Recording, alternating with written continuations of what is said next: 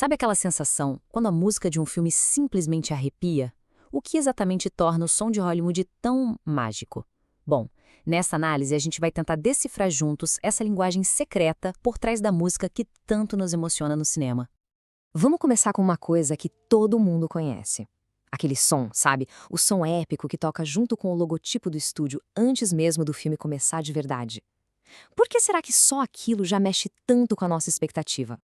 Olha, um exemplo clássico é o tema da Universal Studios, aquele composto pelo James Horner. Aquilo ali não é só uma musiquinha, né? É como um convite, um tapete de boas-vindas sonoro que promete que algo espetacular vem por aí. Mas como é que eles criam essa sensação? A anatomia por trás disso é fascinante. Primeiro, a melodia vai subindo, o que já dá um sentimento de otimismo.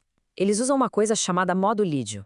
É um tipo de escala que soa super brilhante, super convidativa. E para fechar com chave de ouro, tem uma mudança de tom bem inesperada, que meio que levanta a gente da cadeira, sabe? Ela evita um final óbvio para manter essa vibe de que tudo é possível, de que a magia não tem fim. Então, essa fanfarra do logotipo é só o comecinho, a ponta do iceberg. A grande pergunta mesmo é: o que faz a música ao longo do filme inteiro mexer tanto com a gente? O que nos faz sentir medo, alegria ou até sonhar acordado? Pois é, a resposta não é tão simples. Não existe um único estilo de música de cinema. O que existe, na verdade, é uma espécie de prática, um acordo, um conjunto de convenções que quase todo compositor de Hollywood segue. E tudo isso se baseia em 3 ideias principais. E os nomes dessas práticas são subordinação, imediatismo e referencialidade. São eles a chave para entender tudo. Então, vamos lá, vamos abrir cada uma dessas caixinhas para ver o que tem dentro. Ok, vamos começar pela primeira, a subordinação. A ideia aqui é bem simples, na verdade. A música tem que ser a coadjuvante perfeita. Ela tá ali para ajudar a história, para dar apoio, mas ela nunca pode roubar a cena do ator principal, que é a história. Tem até uma citação ótima do compositor Leonard Holzman que resume isso.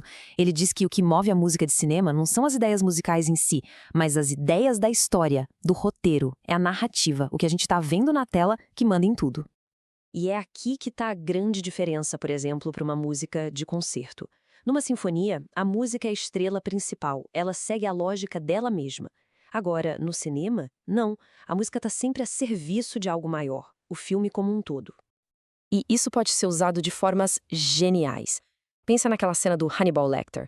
Ele tá lá, ouvindo a música super organizada, super certinha, do bar, as variações Goldberg, enquanto acontece uma cena de violência terrível. Esse contraste, essa subordinação da música à cena, cria um efeito, nossa, é perturbador de um jeito brilhante. Beleza, vamos para o nosso segundo princípio, o imediatismo. Aqui a palavra-chave é impacto. A música de cinema não tem tempo para longos desenvolvimentos. Ela precisa agir rápido, criar emoção na hora, no momento exato. E para a gente entender isso melhor, tem um conceito bem interessante, quase uma curiosidade: a regra dos 15 segundos. Quem falou disso foi um dos primeiros teóricos do assunto, um cara chamado Leonid Sabaneyev. A teoria é basicamente a seguinte: a nossa memória musical dentro de um filme é curta. Depois de uns 15 segundos de silêncio, é como se a gente resetasse. E o que isso significa para o compositor? Que ele não precisa se preocupar em criar uma conexão musical super complexa entre uma cena e outra. A atenção da gente está dividida, né, entre a imagem, o diálogo, então a música tem que ser direta ao ponto. Pensa só nesse exemplo. Na trilha do filme A Estranha Passageira, o compositor Max Steiner muda o tom da música 17 vezes em só 4 minutos.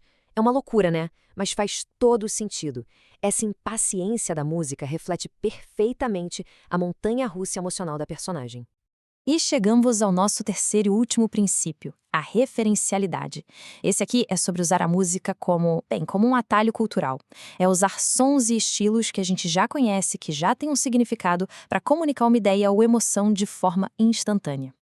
Funciona como um código. Existem certas escalas, certos acordes que a gente já associa a alguma coisa.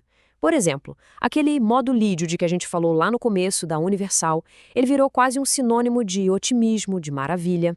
Outra escala, a octatônica, já remete a algo mais mágico, misterioso.